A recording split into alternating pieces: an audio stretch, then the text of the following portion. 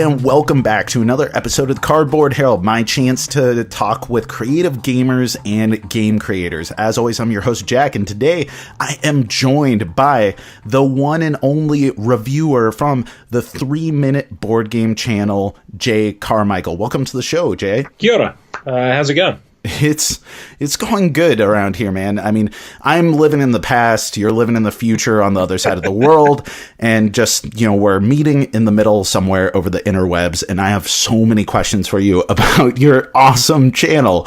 Awesome. First off, congratulations on the success of that thing. I mean, you kind of blew up really quick over the last couple of years. Well, it's not even a couple of years, it's 14 months. 14 months? Holy smokes. We started... First video came out in January 30, 2018. So, 14 months. And we were trucking along pretty well for the first 6 months. And in the last 6 months, it has exploded. We've gone from 3,500 subs on 1 October to 14,500 subs today. What do you think specifically it could be attributed with that explosion? I honestly put it down to a niche. There's a niche that we're exploiting that no one else seems to have done well before, and that's short, concise summaries. There's a lot of long-form content out there. In fact, I think a lot of people look at Tom Vasel and they go, Tom's really big, Tom's really successful, I'll do Tom Vasel. Right. And no one does Tom Vasel better than Tom Vasel. Yes, I agree. Yeah, I mean, look at Shut Up and Sit Down. They're big because they do something different. Mm-hmm. They've got their long-form reviews, they're funny, they're engaging guys, but they're different. And I think the fact the channel was a little bit different and something people were looking for, something short, compact, concise, easy to digest, I think that's been the key. Okay, so was this born out of like a sense of demand, or were you already planning on creating some sort of content and you were trying to strategize what would be the best format to go forward with? Do you see what I mean? There's two origin stories behind this, and they kind of combine. The first one is I'm in communications and marketing as a career. That's what I do. And I was between contracts, and I was doing some upskilling, and one thing I wanted to skill up on was the Adobe Creative Suite. Mm-hmm. So I wanted to learn Audition, Photoshop, Premiere, get those skills under my belt because those make me more employable. Right. And I needed something to do to practice those at home. So initially this all came about because I was trying to upskill for work. And then I was like, okay, I want to make some videos. Yeah, let's make some videos. That'll be fun. What should I make videos about? And about that time, I was looking for a review of a game. I can't even remember what game it was, but the shortest review available on Board Game Geek was 28 minutes long. Ugh. Oh my God. That's horrible. And I was so angry. I was like, and it was just a guy sitting in front of a shelf of games, doing a longish playthrough with very little editing, and I was just kind of, is this the best there is? Surely people want something shorter than this. I know I want something shorter than this. Yes. And I thought, stuff it. I'll learn how to do these. I'll learn all these applications, and I'll make some short board game videos, and we'll see how it goes. And my first video blew up.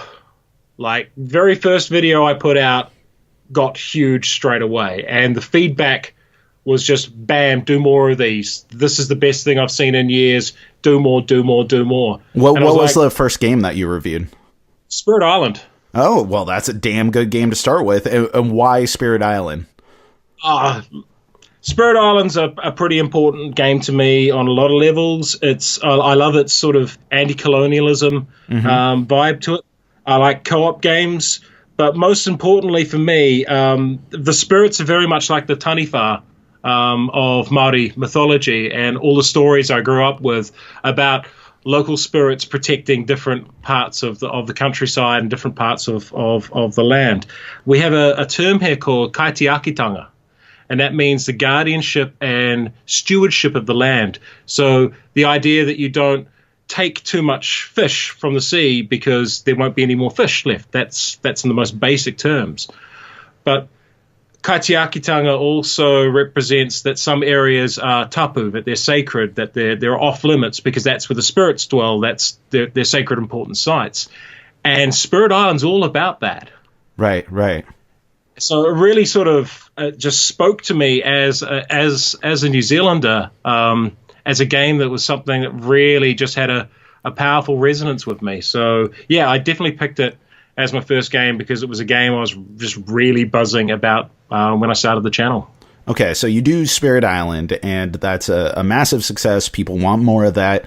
And then how do you go about choosing which games to do next? Do you go for games that just are underrepresented and need more reviews? You look for games that you really love, or is it something that you feel compelled that you personally have something interesting to say about? Oh, it's a bit of a mix. So I like to cover older games, so games that have been out and around the traps for a while, largely because I think a lot of people still want to play those games. Mm-hmm. Some of my most watched videos are things like Seven Wonders, which is like 8, 9 years old. Mage Knight is another one of my most watched videos, and that game's nearly 10 years old now.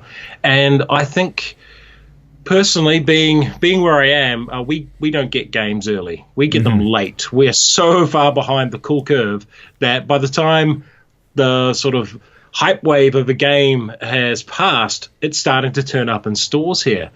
So I've never felt the need to be the first person to play something. So I'll just pick a game that either I like or my Patreon people have started voting for. That's something on the Patreon channel. But mostly it's games I've enjoyed playing. I've only ever covered one game on the channel that I really didn't like. Oh, okay. What's that? Heroes of Tenafare. I kind of decided, let's do this Kickstarter preview thing. Let's get people to send us games. Mm-hmm.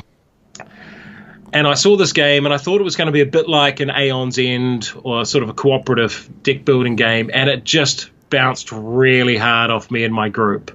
We did not have a lot of fun. But I felt obligated because this guy, I think it's Broken Mill Games. Mm-hmm. They're the publishers of it, and they're lovely. They're really lovely people, and I felt obligated to finish off the video and put it out, even though I'd had a miserable time with the game, and making the video was a completely joyless exercise. Yep. But I still felt obligated, and it's just such an awful feeling.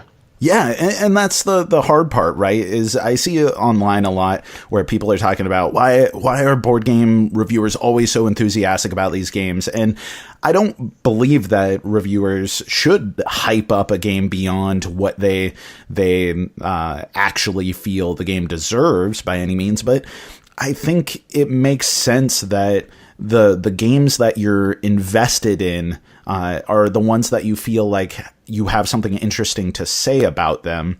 And especially if you're a person in this hobby, you want to like games. You're not in it to just dunk on games that are coming out. These are creative works that are meant to entertain people.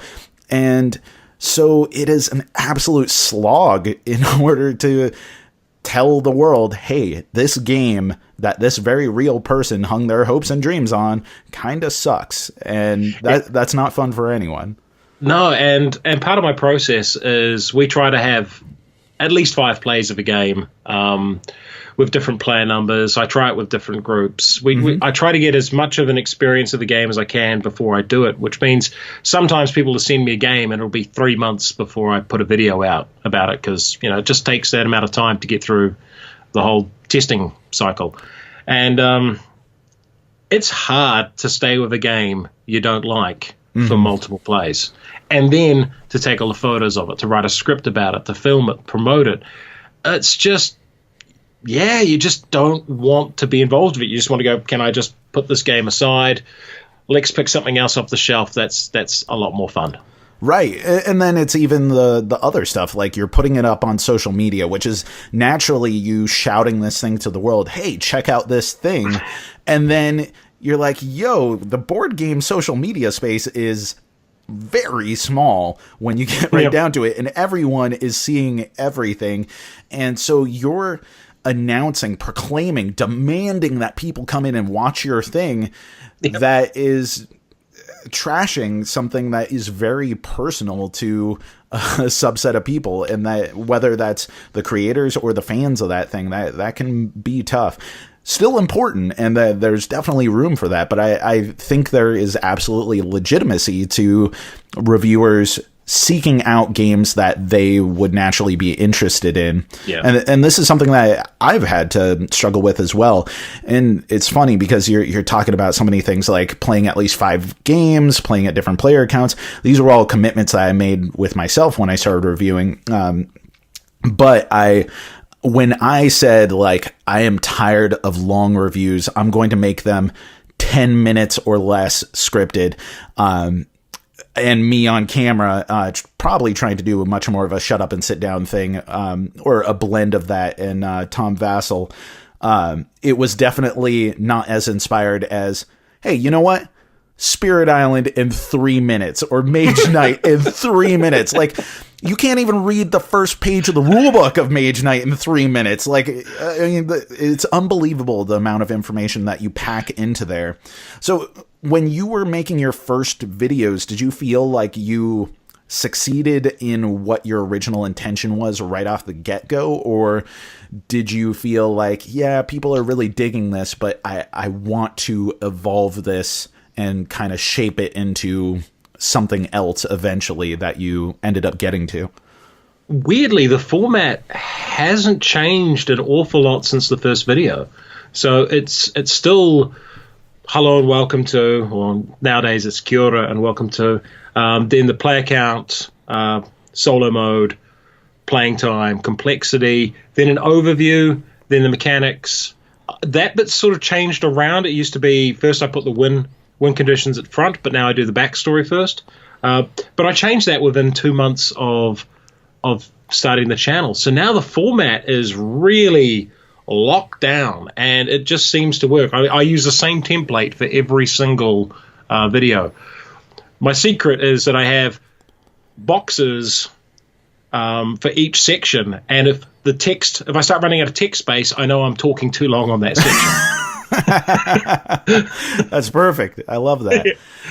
And that's it. And the two things that people have come back and most positively reinforced about the format.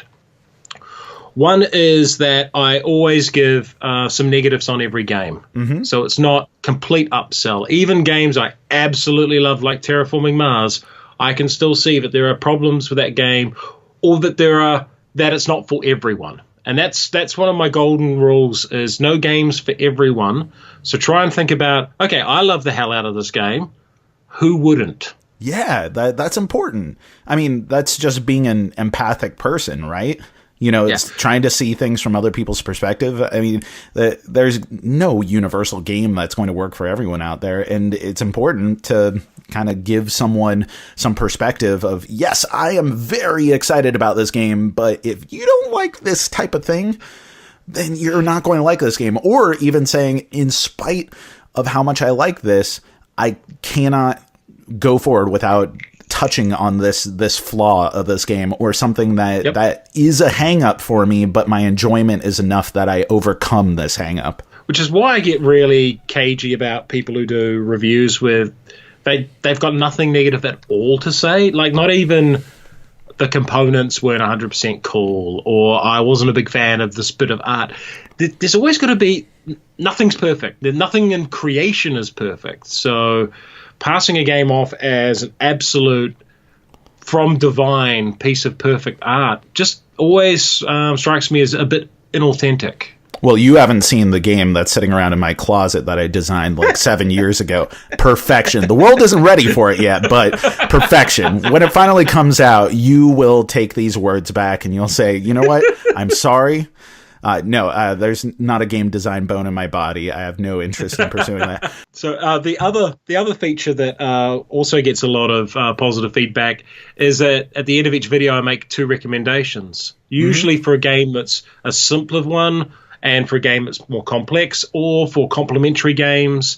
So say you're playing one type of game and there's a mechanic in it, but if you really like that mechanic, but you want to explore it by itself, you might want to look at this other game. So say with Above and Below, if you really like the storytelling stuff in Above and Below, play Near and Far.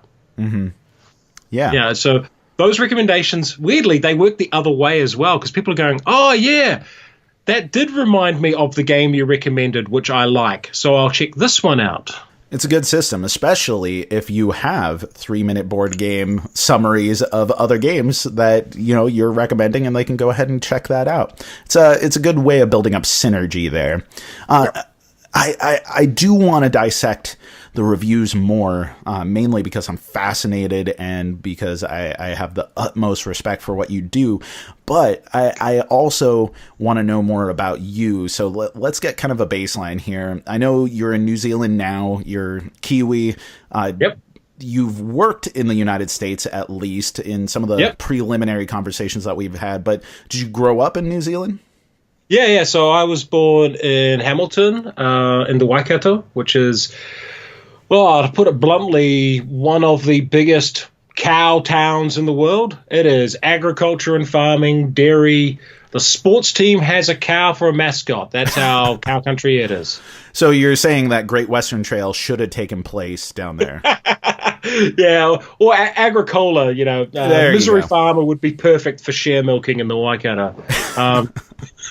But yeah, I grew up there. My folks are from a small town in the middle of the North Island called Taumarunui, and their parents were also born here. So I'm like something like a fifth generation Pakeha, which is a European New Zealander. Gotcha. And so I have zero ties, like, culturally to any other country. But I did work in the US for 6 months. There you go. Well, at least you visited our particular brand of misery over here, New York City, right? Yeah. So working for the Coalition for the Homeless in New York City, and specifically working at a place called Camp Homeward Bound in Harriman State Park. So that's taking kids from homeless shelters in inner city New York and taking them out for some remedial education, some health, and some joy. Desperately needed joy. Yeah, man. Hard job. Yeah. Hard job. I can't imagine. I work in social work, and I couldn't imagine working in that sort of setting in New York. So props to you for actually managing 6 months of that. But yeah, so it was 4 months working, and then I had a month's travel in front and after. A month's travel? Yeah. What were you traveling by boat? No, I just I would get on Greyhound buses and I'd go to random towns and I'd just kind of walk around and meet people. Oh, well, that's pretty cool.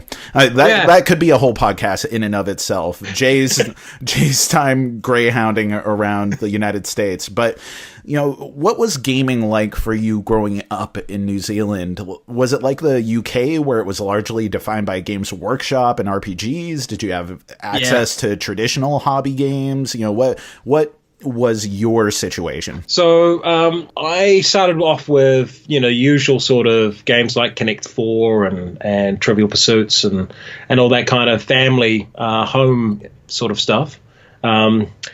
Chess club, primary school, that sort of thing. But it was about age 9, I think, someone brought Talisman into class one day. Okay. And we started playing that, and I was like, man, this is really cool. And then not long after, I got into fighting fantasy books, which are the pick a path, choose your own adventure type fantasy games.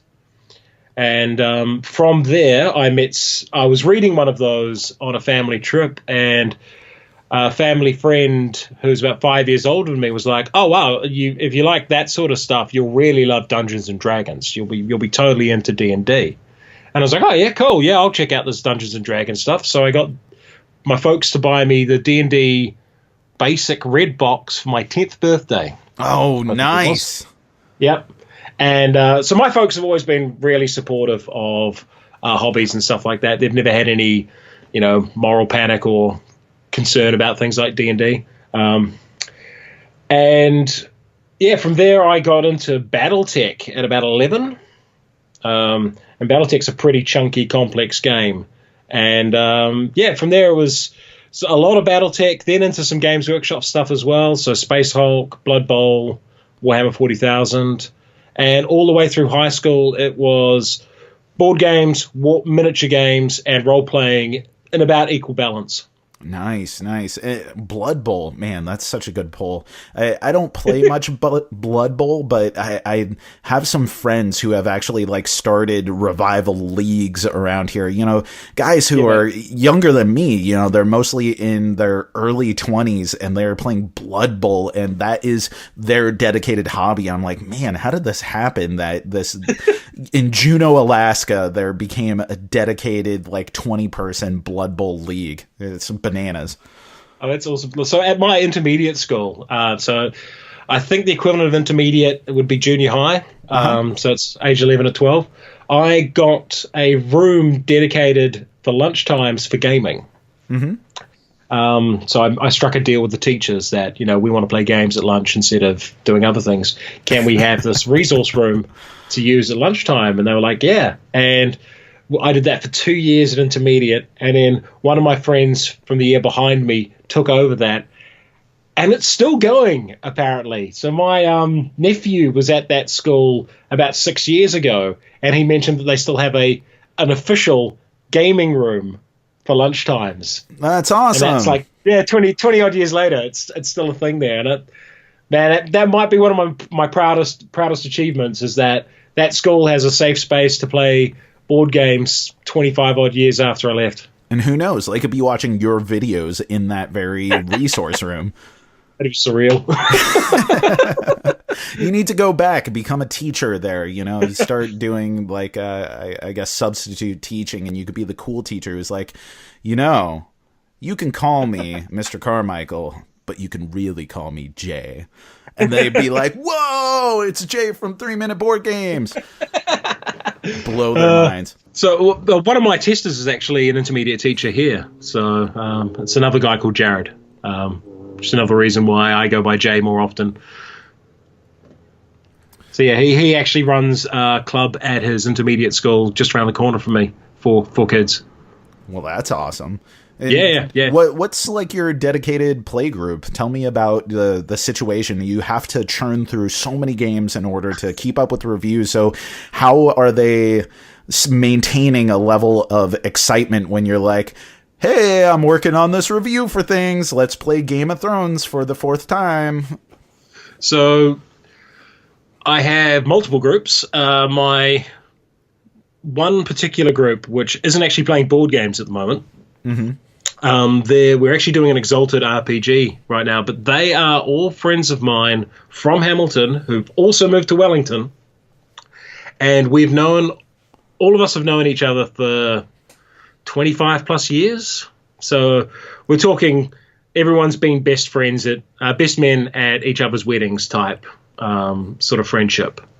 Some of the guys like Mike and Andy met at age 13 in the first year of high school. So we've got this one group that sticks together and plays together, and we discuss everything together, and that's really cool. And that's my Tuesday group. And in the Wednesday group, I actually run a Facebook group, and I have about 60 people on there. And what I do is I go, we're testing this game this week. Who wants to come along and play it? And those spaces fill up pretty damn quick. Yeah, I can imagine. Man, that would be so cool to have. I mean, I have plenty of friends I love playing games with.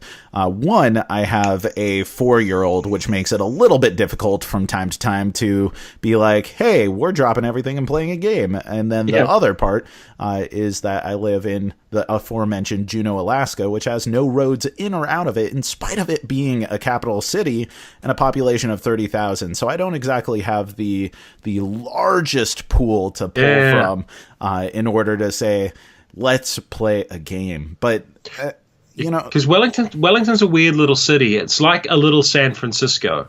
So there's only like a couple of hundred, like 2-3, I mean, might be about 400,000 people here now. But it's very urbane, very cosmopolitan for a small city. So we've got board game cafes. We've got multiple places that sell stuff. We've got a convention that has 500 odd people turn up to it. Well, see, that's where I can compete with you because Platypus Con, our local convention, has about 400 people show up, and we have a much smaller population. But I think that more has to do with the desperation of the city that I live in for things to do. I see like state representatives coming into the convention being like, I don't know what a miniature is, but sure, I'll paint one. And it's cool. It is a cool vibe. And that's one of the interesting things about my city is that because it's a capital, there is so many, or the population is overall fairly young, professional, and hungry for activities. So there's people willing to do stuff, but still smaller pool.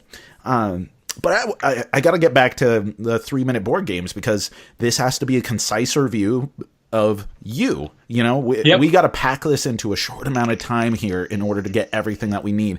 So when you are working on one of your summaries, what you call summaries versus reviews, recaps usually. Recaps. Recap or summary. They are reviews, but I've had some people go, "Oh, you're not really a reviewer." Get out of here.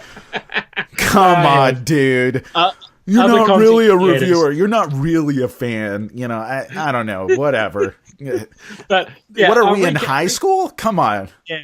Recap is what I like because it is about the summation. It's about pulling it, condensing it, recapping it more than it is reviewing. The review bit for me is the last minute. Okay. Yeah. Well, in my eyes, you're a reviewer, but recap, summary, whatever. And that dude, that's totally the type of person who sees someone else with like a Metallica shirt on and they're like, oh yeah, did you know that Dave Mustaine was in the band from the beginning? And like, if you don't listen to Kill 'Em all the time, then clearly you're not a real fan. What? You like Death Magnetic? Pfft, get out of here, poser. Forget you, dude. I don't care about you. We're adults now. Deal with it. Cliff Burton for life, by the way. Yeah, exactly. Oh, man. What are you still, like, drawing Metallica on your, like, binders at school? Like, come on. Get out of here. So when you're working on your summaries or recaps, how do you figure out the amount of time that you're actually going to fill with different aspects? Because I watched in advance of this your Game of Thrones recap and then the Mint Delivery recap, and they were about the same length because that's your prescribed length, but you have a lot more to contend with one game than the other. So do you feel like you have a lot of freedom to play in that space? Do you ever struggle when you're working to hit that time limit? Like, how do you balance things? So I kind of just set the game up and I play through a bunch of turns like multi-hand solo, and I take those initial pictures which I use for the introductory segment. So at the start of every video there's the board being set up and then like a first few turns being played. And while I'm doing that, as I'm moving the bits and moving them around and taking the still photos, I'm thinking, what are the most important decisions to be made here? What's the most important thing I need to highlight? Oh, okay, we've got a battle here. I've got to remember to take some pictures of a battle. So I sort of play through it, and as I'm doing that, I start thinking of individual shots and sequences that I want to put in. And I actually take the photos before I write the script. That's interesting. So I take the photos of what I think is important in the game, and I think, okay, we're doing Chinatown, which is the next video that's coming out tomorrow.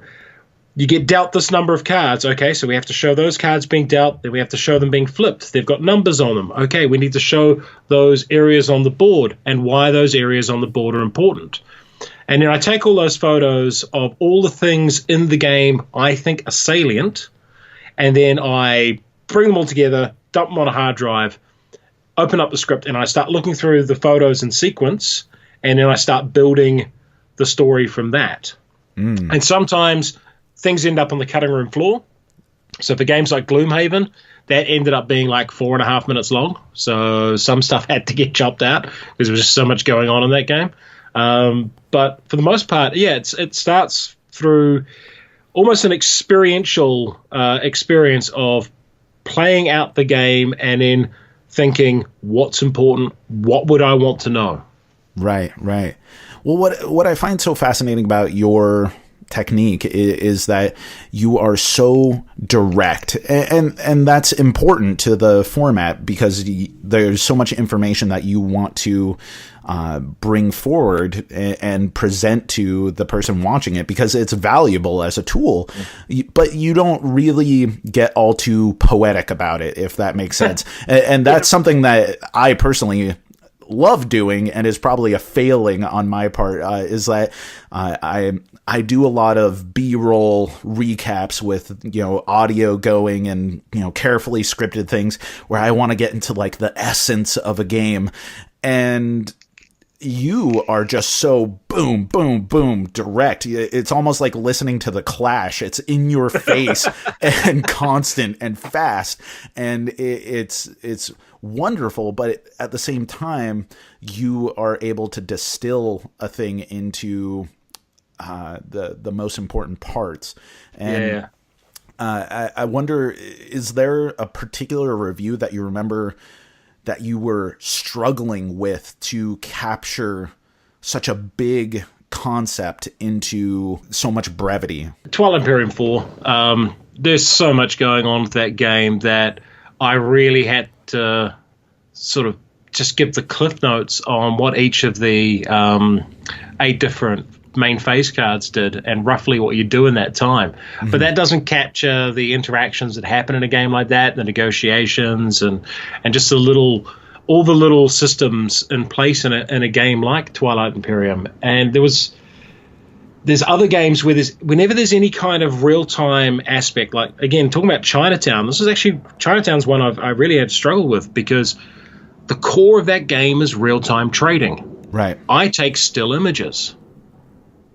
It's really hard to get across the feel, the vibe, the essence of what's like a noisy stock market floor game with still images and one guy talking. Right. But you have it going up tomorrow, so we'll see how it actually pans out. You strike me as a very principled person, or maybe principled sounds too lofty, like you're setting a judgment over people, but you're thoughtful at least, and you're careful about some of the things that you say. You have perspective, and you are clearly empathetic, both in how you carry yourself in social media and also how we're talking right now. And I'm wondering if you feel compelled to actually engage with aspects of tabletop gaming that can be uncomfortable, like the colonialization thing. Like, for example, Archipelago, that's almost the inverse of Spirit Island. And I love Archipelago as a game. And in a way, I kind of love that it really ham-fistedly attempts to deal with some sort of social commentary, and it fails utterly in so many regards. But I love that there's almost a nugget that you can see of where this well-meaning attempt exists. Oh man, I hated that game. Oh yeah, yeah, I bet. Well, it was that is one of my few.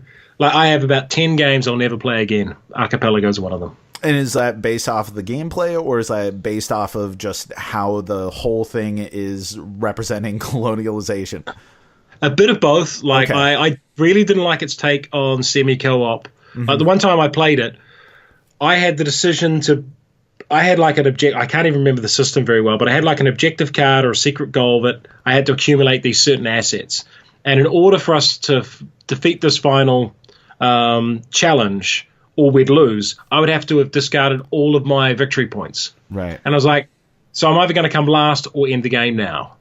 And that's a really crappy decision space to be in any game. Yeah. Do you want to come last and keep playing, or do you want to end the game? And I was like, well, I'm going to end the game because, what's the damn point? I'm not actually having any fun either.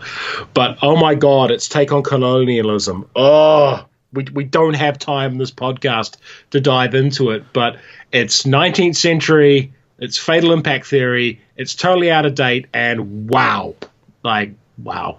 Yeah, it's got some banana stuff going on in there. It really does. And I had a chance to talk with the designer on the podcast recently, and I had to break it into 2 podcasts because that guy, he is just bonkers with thoughts about everything. And half the time I was like sweating, like, oh my God, you want to say this on a podcast? But the thing is that he seems like such a sweet and well-meaning person, but also incredibly ignorant of the social ramifications of some of the things that he's saying, or not even the ramifications, I guess history. Like everything that you're saying in a vacuum would be okay, but we don't exist in a vacuum. Yeah. We exist in a world that has extensive history of people being exploited, of horrible things happen. How could you not think that these things could be taken poorly? Why were you taken off guard that people thought this was a very controversial game when it came out? Yeah.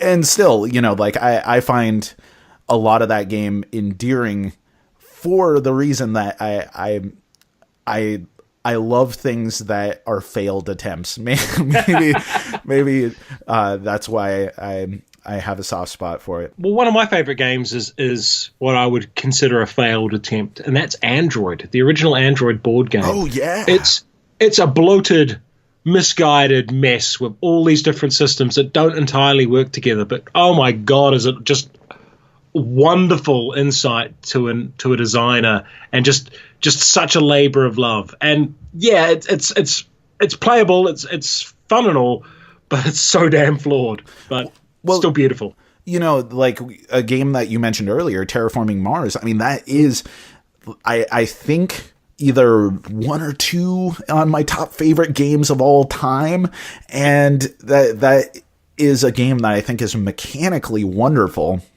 But thematically, I find it so fascinating that the greatest scientific achievement of humankind is being distilled into a game where you're battling for economic dominion over a natural resource.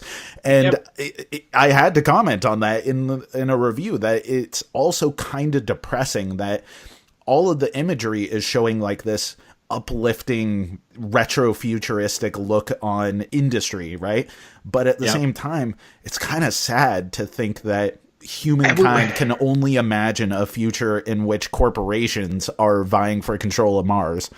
Yeah, I just like to point this out to anyone listening. Elon Musk is not Jesus. Yeah. Billionaires will not save us. That's very true. Let me wrap it back into kind of getting to the essence of 3 Minute Board Games. You've been doing this channel, you said, for 14 months. What is like the ongoing challenge for you? Like, is there anything that's a drag or something that you're still trying to overcome? And, like, what's the game plan at this point? Just ride it out? Do you want to improve things? Are you working towards an end goal? What's the plan? So there really isn't a plan. I mean, there's sort of vague goals. One of my big challenges is that we're remote. I don't get to go to Gen Con or Essen and rub shoulders with everyone and get in on all that sort of industry insider stuff. I think I'll always be a bit of an outsider. And I'm actually okay with that. I mean, that's just, I kind of like being an outsider in some regards. Tell you what, Platypus Con is actually closer than Essen, for you. You come to our convention, which is poorly named after a creature that has never stepped foot in Alaska. That's much closer to your heart down there. Yeah. And I will come to your local convention down there.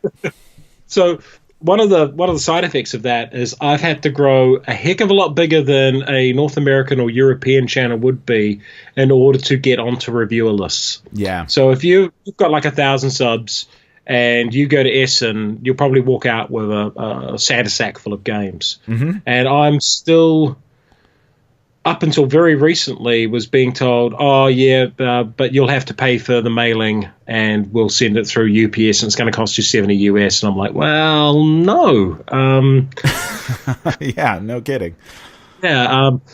And that started to change. Like, so some companies like Rio Grande have got in touch with me, Asmodee, Tasty Minstrel, Stonemaier. I got my first game from Stonemaier Games last week, which was Between Two Castles of Mad King Ludwig.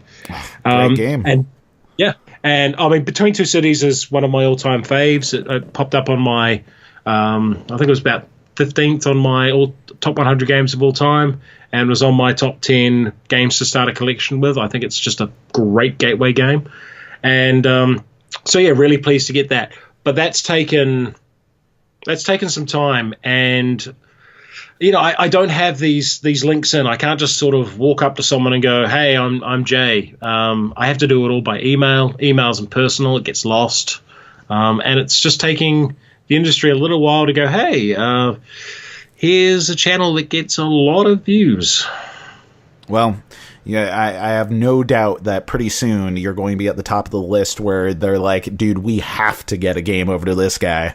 And there's no ifs, ands, or buts about it. Yeah, the top of the table, like I actually, being a marketing and comms person, I do a lot of metrics analysis. Mm-hmm. And at the moment, the only dedicated board game review channels getting more views a month than me, Rado, Dice Tower, Man vs. Meeple, and Shut Up and Sit Down. Wow.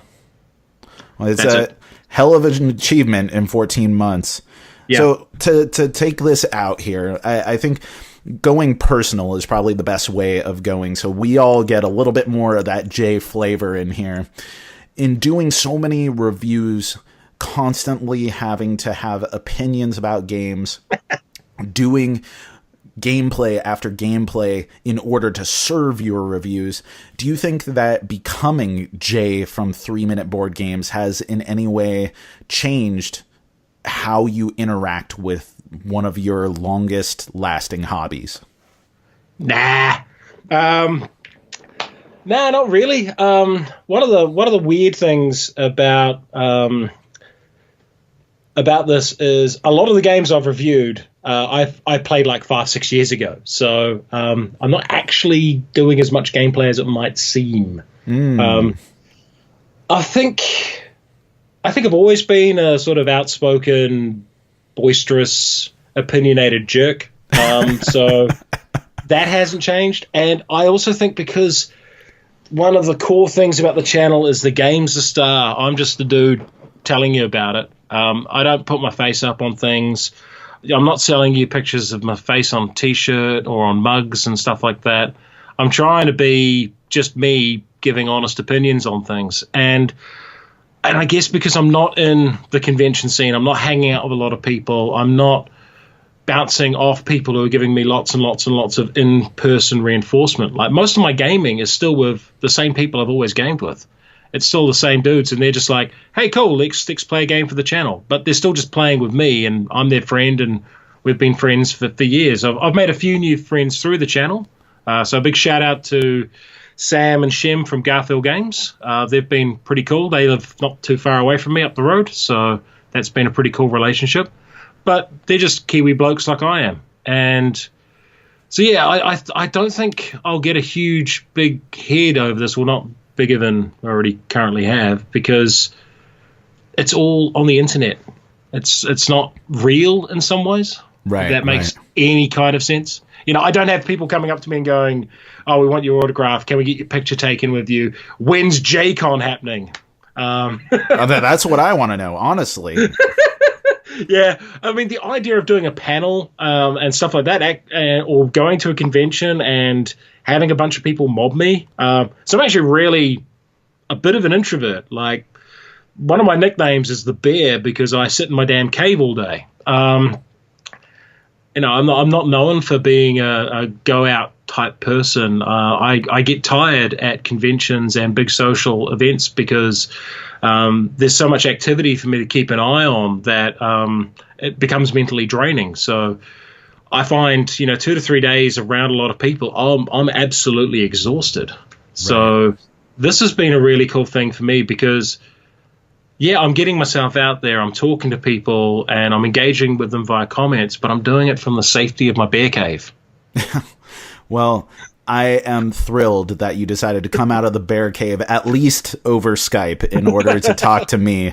So, Jay, thank you so much for coming on to the Cardboard Herald. I'm really looking forward to doing this again in the future because clearly we have a lot to talk about. And, Jay, in case people don't know, where can people find all your stuff? Just on YouTube, 3 Minute Boardgames. Just look it up. You'll find it. You'll know what you're doing. And then all of a sudden you'll be down a rabbit hole of like 30 of these videos wondering what happened to your afternoon. But 30 videos, that didn't actually take you that long. That's only half of a Lord of the Rings movie. Come on. And I'm honestly going to be very proud of myself that I've exited this entire interview without once asking if you were an extra in any of the Lord of the Rings movies. We'll address that next time because in my mind, every New Zealander was. True story. I was in New York when the castings happened. Oh, damn it. Now I have nothing to talk about next time you're on, man. All right, Jay, you are awesome. I love what you're doing, and I can't wait to see what's coming up next. Check out the videos that are on the channel. Chinatown is going to be up by the time that you listen to this, so that's probably a good starting place. Thanks again, Jay, for coming on to the show. How did everyone? As always, the Cardboard Herald is a completely free service focused on spotlighting games, gamers, and game creators. You can find all of our podcasts, including the Cardboard Herald and TCbH reviews, on iTunes, Stitcher, and our website. For more recommendations and reviews, you can also head over to our YouTube channel. We do not pay to advertise the show, so please continue spreading the word, following, liking, rating, and doing all the social media things. It truly does help us out a ton. If you'd like to drop us a line and maybe have your listener mail read on air, find us on Twitter @Cardboard Herald or send us an email to cardboardherald@gmail.com or click the contact link on our page. Once again, thank you for listening. I've been Jack for the Cardboard Herald, and you keep on gaming.